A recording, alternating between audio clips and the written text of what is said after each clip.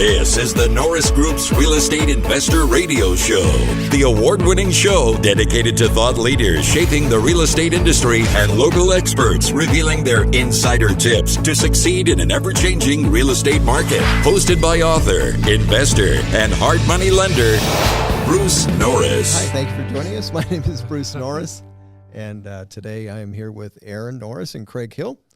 We're going to talk about a new program, but first, Craig, you know, I met, a long time ago. Yeah, it's too long ago now. Jeez, what, 25, 20, longer than that. Longer than that, because, it was kind of interesting. I was up to my eyeballs in great deals and ran out of credit, and I literally had hired a guy, and I told him to door knock lenders one day, and you were the only person that wanted to see me, which is interesting, right? Because I had no idea.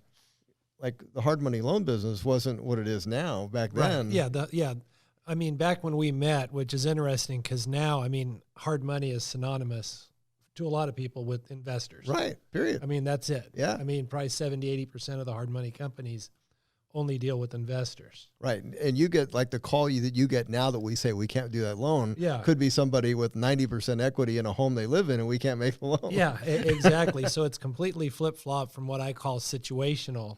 Yes. Like somebody has a situation to now there's an investor that really has a business opportunity. Yeah. And, you know, that's one thing that occurred to me is that not only does there have to be a transition, because remember when you took the deal to the owner of the company that you worked for at the time, I mean, I wasn't an owner occupant. So that was a strange subject first.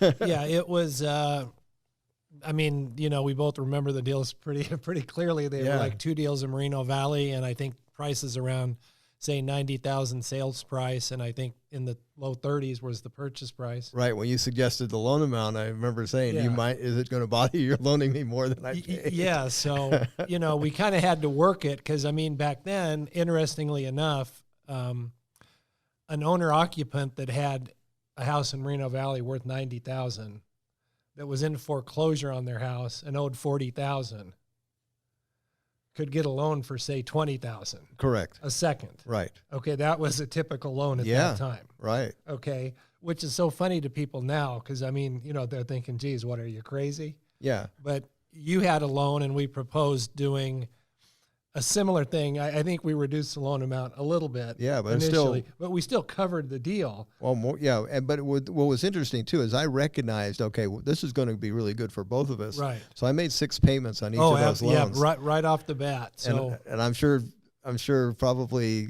it dawned on everybody, okay, well, this is a different client. Yes. Which was the message I wanted to send. Yeah, exactly. Just a quick funny story. I think one of the only other clients that had made that many payments back when it was true hard money, he had made payments in advance and then he was arrested by the FBI.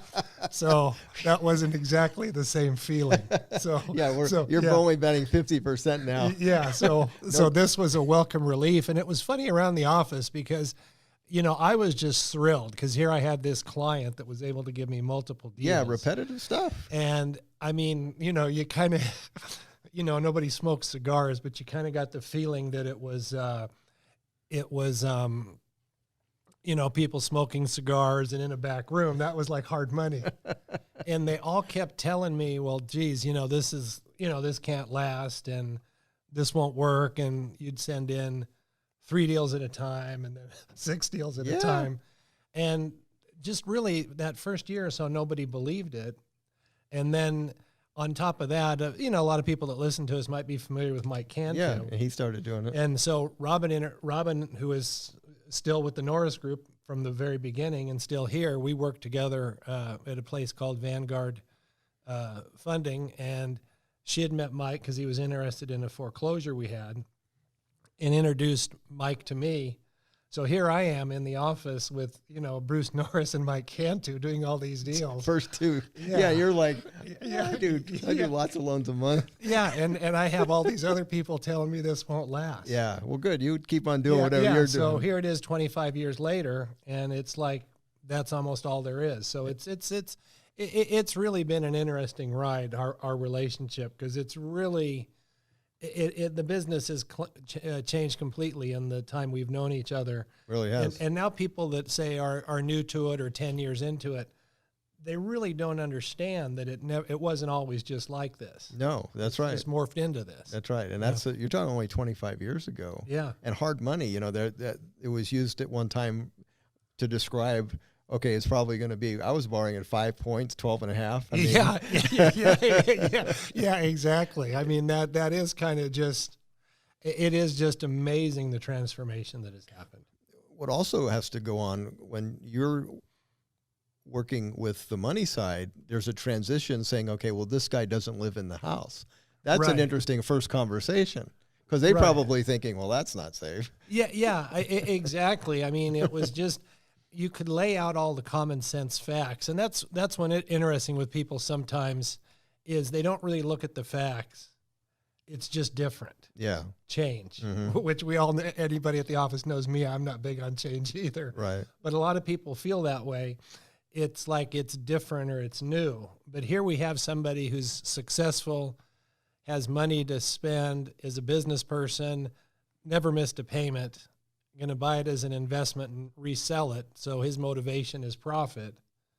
Okay, that would be, say, in our first loans we did.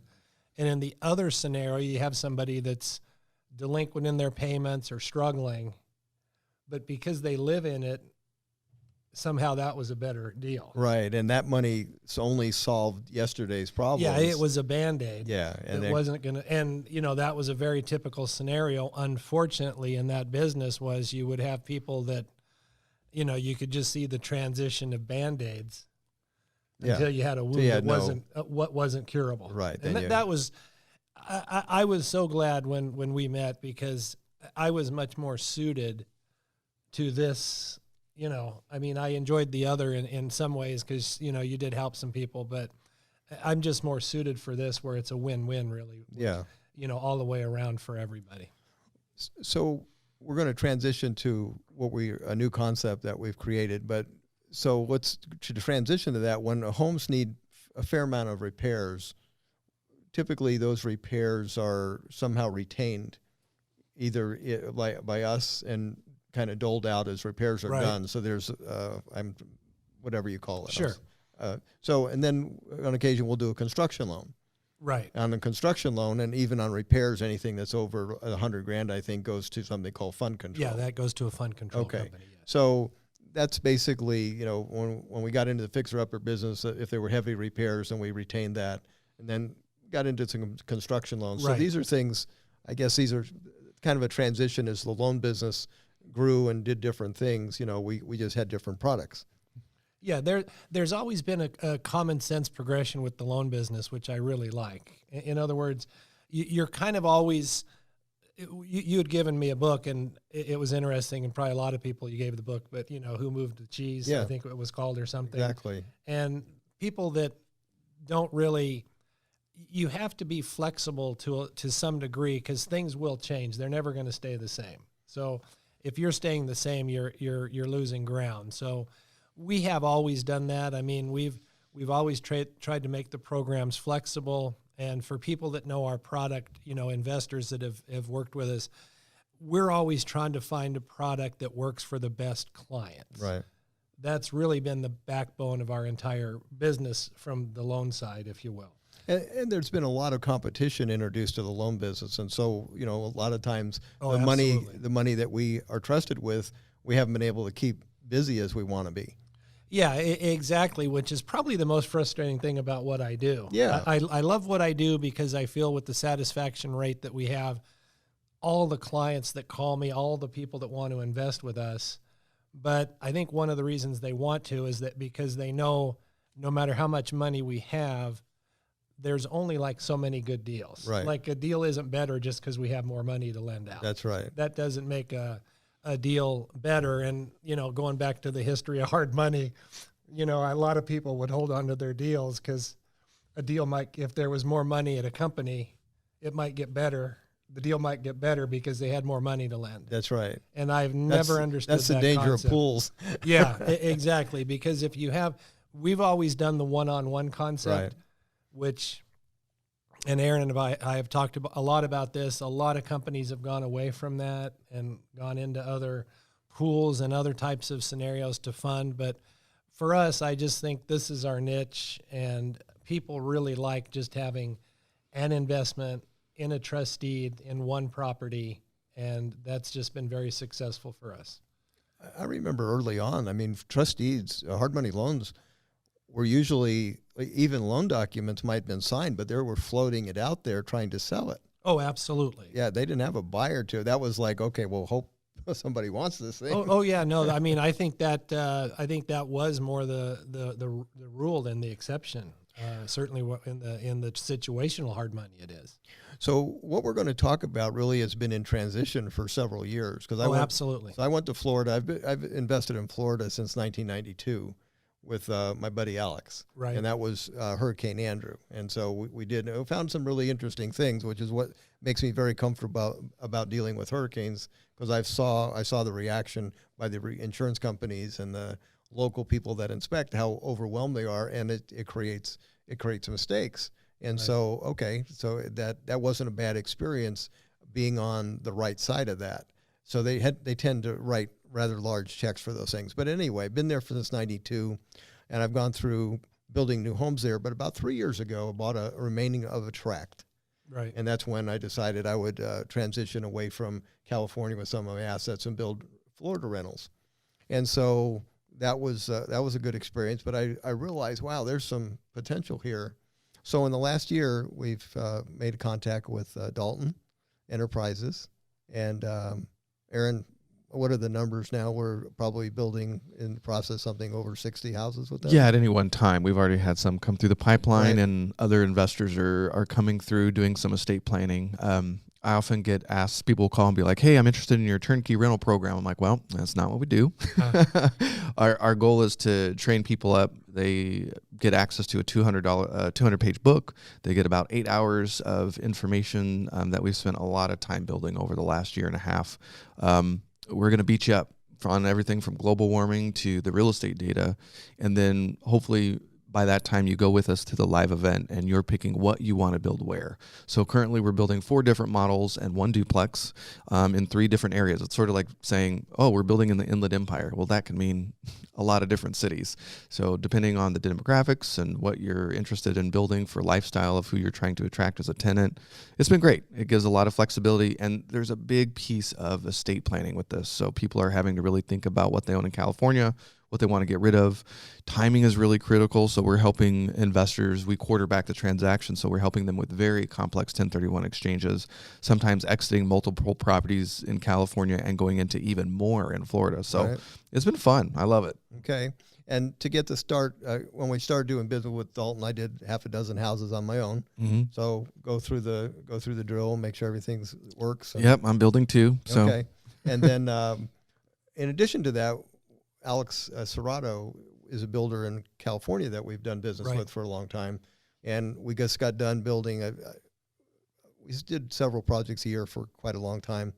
And I said, you know what, I'm not going to build anymore in California. I said, would you be interested in taking a look at Florida?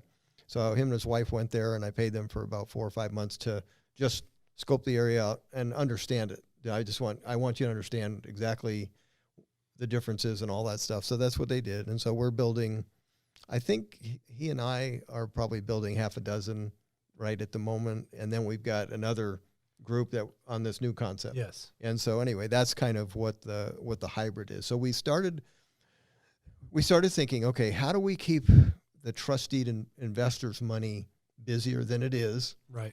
And is there a product we could create where the yield actually is better? And so that's kind of what we've done. So Right. yeah, so this is a product where you've got 3 participants. You got the Norris Group, and you've got a builder, either Dalton or Serrato, and you have a money partner. Right. And so the money partner, it has a trust deed on the property, and it's funding the entirety of the project. Yes. Okay. And then not monthly payments. This is just like a straight note. And at the end of the sale, that's how the profits are divided, with a priority return to the money side for 9%. Right. Okay.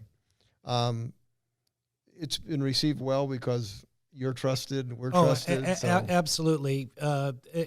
People, they might remember the concept at one time, we were looking maybe to do this in a large pool form in Florida.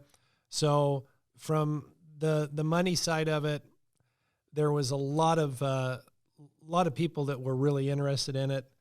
But the more that you and Aaron did the data and then we discussed it, it just seemed like the projects were fantastic. In other words, the building in Florida, the whole concept was good. But going back to that scenario where we've always enjoyed just the one-on-one investment.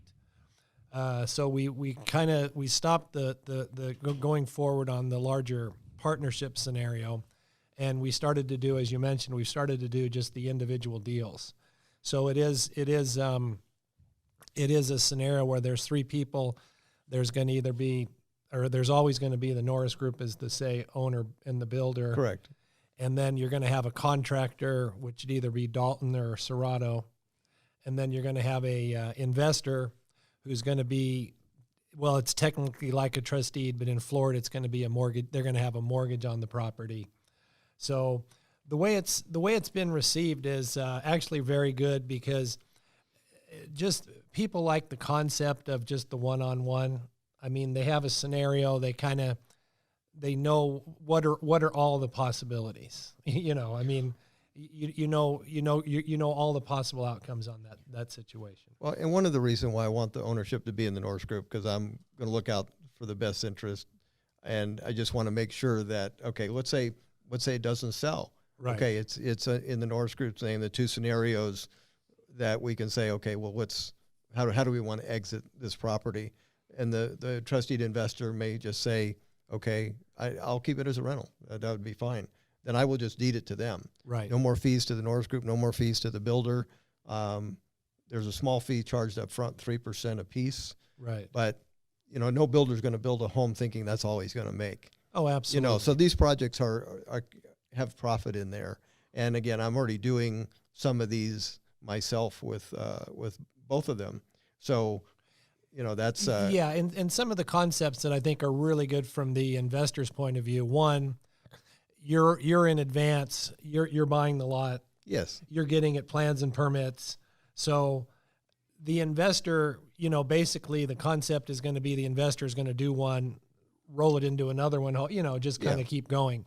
So by the way that you've set it up, by owning the land and having the permits, we don't even bring in funds until we're actually ready to go with the construction. So basically what you're doing is you're reducing the turnaround time by several months in most cases. Sure. So our money's tied up with the lot cost. Right. And it depends on the project. That can vary, but that's not out of pocket from the investor or the time being used.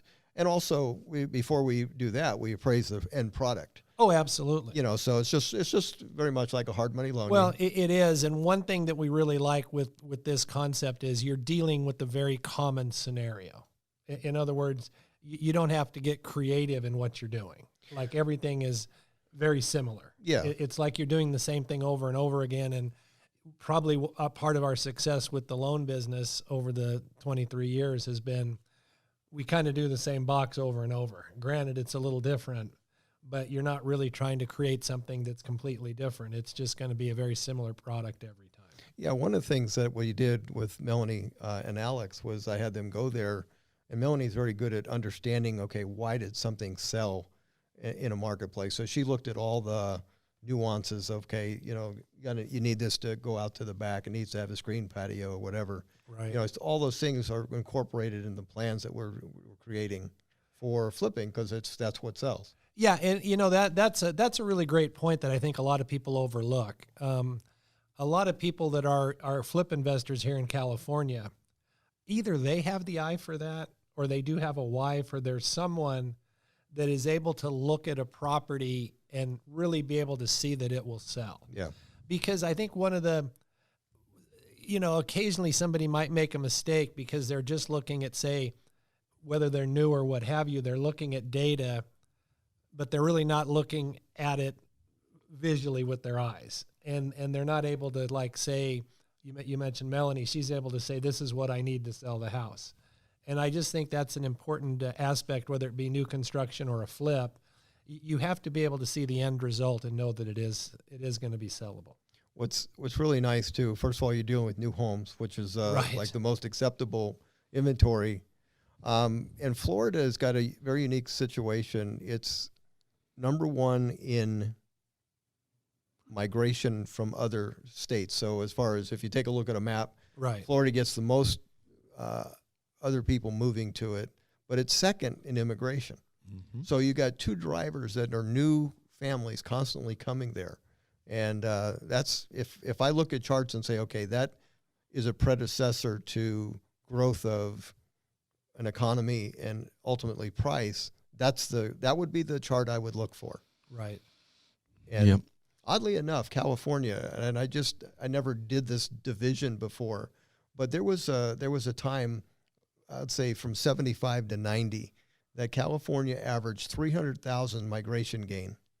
Since 1990 to now, it's 36. The average per year? Yes, Okay. 12% of what it was. Yeah. Wow. No, that's amazing. Yeah, That's Chicago, New York. There's just a report that came out this week about the top cities that are upside down, and the average taxpayer in New York City is something like $63,000 that if they had to pay off what they owe. And it's, To their local firemen and that type of thing. yeah. Yeah. Out of the Florida cities, I think Orlando made it. They were behind, but Tampa was in good shape. But yeah, you just have a lot of people leaving those states. And yeah, that's going to continue. Well, they're also taking their retirements and headed into states. It's because it's a bump and the lower cost of living. So it's like getting a double bump. Yeah, that's right. You can afford Yeah. to have a life. Well, when we do the calculations for California, your house payment's taking 40-some% of what you make. In Florida, it's taking 24. It's almost rent. Yeah. Right. So anyway, all the stats that I follow, I'm happy. That's why I put my money there. And that's one of the nice things that everybody knows that works with the Norris Group is the all the data Aaron mentioned on Florida and all the research you do.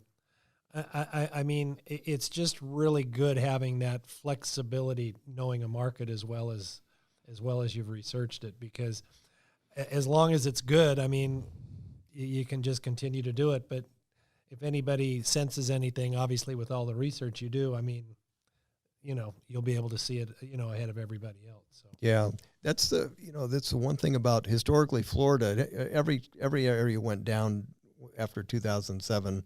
That was a whole different thing. But Florida's never had another patch where it's gone down because it constantly has this growth. So I expect it'll be not a California would go wee and then down and stuff. It'll be more of a gradual thing, and that's great for me. Yeah. As a matter of fact, it's great for our investor too, because a lot of people have made their chips. Yeah. I think that's what's interesting is that from the marketing side of the Norris Group, we sort of have three very distinct funnels. We have the people that we train, hopefully so well they start using us for hard money. Right. Hopefully they become so successful in the flipping business, they turn to us to do trust deeds and mortgages. This sort of feels like it's in between the last two funnels. It's a new funnel. This is Right. we're ushering people into sort of their final stage of physical property ownership. And it's been fun. So people so far have really loved the area. One of the investors that went is thinking about moving. And then I've had quite a few conversations with investors that are talking about doing the 6 months in a day, leaving the state of California just for the tax break, and they're just done. So something that we'll be covering a lot on Saturday at Turmoil. Yeah, there's a lot of discussion, I mean, on Facebook between some pretty good sized investors going, man, I really think I'm going to sell everything I have. And they're concerned. Yeah, and it's not just a recession concern. It's just No. the political side. They're just done. And when I think one of the things that I'm excited about Turmoil is that we've blown up the chapter on the wild cards, and politics being one of the big ones, and having representation from the builders, the realtors, as well as the apartment industry, hearing what they're worried about. You really have to worry about a lot of things, from utilities to the taxes for schools at the state and the local level. Here in Riverside, we just instituted a 1% sales tax to fund our $500 million deficit in our pension fund liabilities. I don't know how you catch up on that. And if you get state adding on taxes, as well as locals trying to raise money, which I know locally we're going to have another school bill. I mean, it all starts adding up. Yeah, where you finally just go, it's sort of like if you stay someplace and your room rate's this and all of a sudden you got 6 other charges. Yeah. And you go, yes. Well, that still counts, right? Yeah. Yeah, it's very murky. It's very frustrating, and you really have to get at the local level to know what you're about to get hit with. Well, I think that's part of what, when we do the interviews, is I really want to understand the process of how laws get enacted. Do we get to vote on them? Which ones don't we get to vote on them? Which ones can just be proclamated, and even the legislators don't get to vote on them? I mean, it's really important to know right now, because there's a lot of big decisions that are about to be made for California on housing. So if you take a look at those charts, you go, okay, well, why did that happen? Well, part of it was Prop 13. Why, when our prices were zooming, all of a sudden there was it can't go up in tax outrageously anymore. That was a big deal. Yep. You ultimately change that chart will reverse. That will not be pleasant, and you would want to know that in advance. Yeah. That's the idea of turmoil. That if we'll read the definition, that's basically you're unable to prepare because you don't really know the rules of engagement. They're changing without your permission, and so that's why we picked that ugly title. Yeah. And another reason why a lot of people are looking at Florida, it's a little bit more business friendly. Yes. And not so many budgetary issues. Yeah, well, that's the thing. If you start asking the questions, friendliest to business, Florida's, I think, 4th, and California is either 49th or 50th. And that's a repetitive thing, when you just go, okay, well, ultimately, I guess that's why we're 12% of our migration that we used to be. People are stopping liking here. It'll be interesting to ask some of the people. We also have, familiar with business. Oh, yeah. Robert Kleinshans, he used to be the CEO of the LE Right. Economic Development Corporation. So the migration of businesses are likely to say, I'd rather go somewhere else. It's not just that. If they're relying on low dollar labor, they can't live in cities like LA affordably. So you're basically asking them to live in the Inland Empire and make a 2-hour commute each way each day. And we don't have a great mass transit system. So that's just the quality of life is terrible. Right. And there are people that do that. Yeah. So big cities are having to look to other cities that are going to be more affordable and where people can have a lifestyle outside of work. Okay. Well, I don't know. Well, for the Florida thing, I don't know if I'm going to put it on the website. Should I just have people call you? I was thinking about that. Yeah, because one thing that's good about it is it's a new opportunity, but also, there's a certain number that are probably going to be built. And then after that's completed, it'll be built, and most people will probably get back into it. So just, people that want to be aware of it, I think it's a great opportunity to get started in something. Maybe we'll do like a live webinar, a Q&A in the next couple months, showing them the numbers and walking it through for the people. Yeah, we're going to have some of them sell too. So, the ones that I started right away, there's one that's pretty much done. We got to finish up a pool. But as that sells, we'll have the numbers from that. Perfect. Yeah. Let's wait for that, and then I think that'll be good. So, okay. Okay. All right. Thank you, guys. Yeah, thanks, Bruce. The Norris Group originates and services loans in California and Florida under California DRE License 012-19911, Florida Mortgage Lender License 1577, and NMLS License 1623669. For more information on hard money lending, go to thenorrisgroup.com and click the Hard Money tab. For more information on hard money loans and upcoming events with the Norris Group, check out thenorrisgroup.com. For information on passive investing with trust deeds, visit tngtrustdeeds.com.